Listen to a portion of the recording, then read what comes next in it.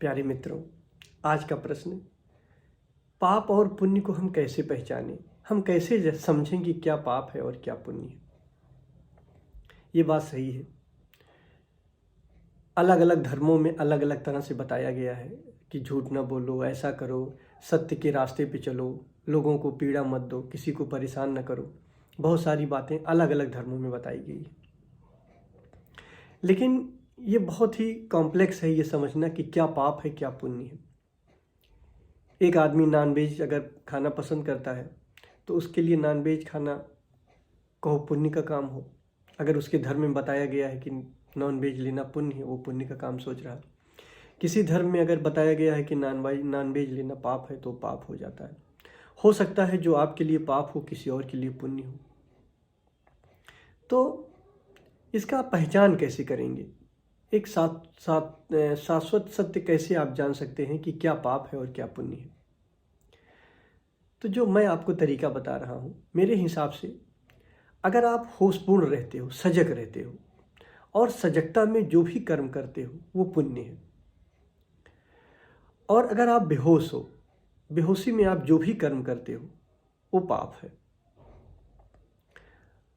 आपकी न्यायपालिका में भी देखो यही होता है कि एक आदमी अगर पागल हो गया हो या मादक द्रव्य लिया हो, उसके बाद कोई पाप का काम कर देता है तो धाराएं कम लगती हैं।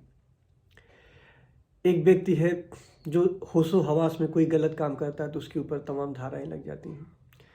तो मेरे हिसाब से और समाज के हिसाब से भी यही उचित है कि आप होशपूर्ण रहिए, सजग रहिए और सजगता में आप जो भी निर्णय लेंगे, जो भी करेंगे वो पुण्य ही होगा। सजगता में कभी पाप नहीं होता है। आप देखो, कोई घर से आपका बच्चा अगर गाड़ी लेके बाहर जा रहा है, बाइक लेके जा रहा है, तो आप क्या कहते हो? भैया होश में जाना, होश में चलाना गाड़ी, बेहोशी में न चलाना। आप क्यों ऐसा कहते हो? क्योंकि आपको भी पता है कि अगर ये होश में रहेगा तो होश में गलत काम नहीं होता है, हमेशा बेहोशी में ही होता है, यंत्रवत ही होता है। जब कोई यंत्रवत चलता रहता है, बेहोशी में कोई काम करता है तो वो गलत हो जाता है और खतरा वही है। तो जो भी काम, जितने भी काम होश पूर्वक होते हैं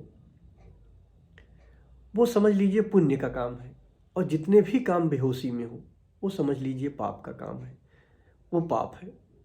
तो होशपूर्ण रहना पुण्य है और बेहोश रहना पाप है। मेरे हिसाब से यही है।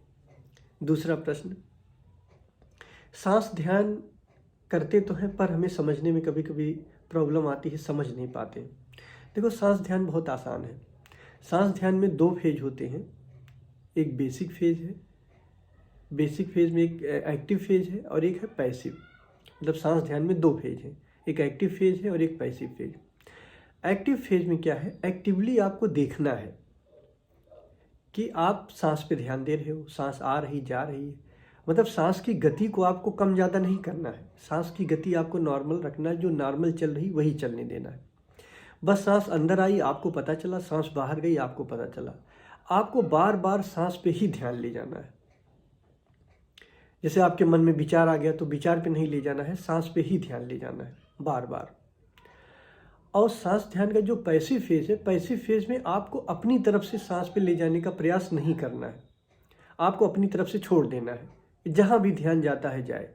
तो आपको लगे, आपको देखेंगे कभी विचार पे जा रहा है, कभी सांस पे जा रहा है, कभी कहीं भी नहीं जा रहा है, बस बैठे हुए हैं। तो अलग अलग तरीके होते हैं। मतलब जो एक्टिव फेज है, एक्टिव फेज में आपको सांस पे ही ध्यान देना है, और जो पैसिव फेज है, पैसिव फेज में समग्र आपको समग्रता में रहना है। मतलब छोड़ देना है, जहाँ भी ध्यान जाए जाए, अपनी तरफ से कोई प्रयास नहीं होना चाहिए। कोशिश करना चाहिए जैसे 20 से 25 मिनट, 30 मिनट, मान लीजिए 15 मिनट, 15 से कम ना हो। एक्टिव फेज कम से कम 15 मिनट रखिए, 15-20 मिनट, और पैसिव फेज भी कम से कम 25 मिनट, 20 मिनट ऐसे रखिए। कोई भी ध्यान 30 से 40 मिनट, 40 मिनट से कम नहीं होना चाहिए। देखिए, ध्यान का एक प्रोटोकॉल है, अगर वो पूरा नहीं होगा तो ध्यान का रिजल्ट नहीं आता है, और वो सब हम बता चुके हैं। जो सांस ध्यान है उसमें सब बताए हैं। तो अगर आप ठीक से समझेंगे तो आप समझ लेंगे। धन्यवाद।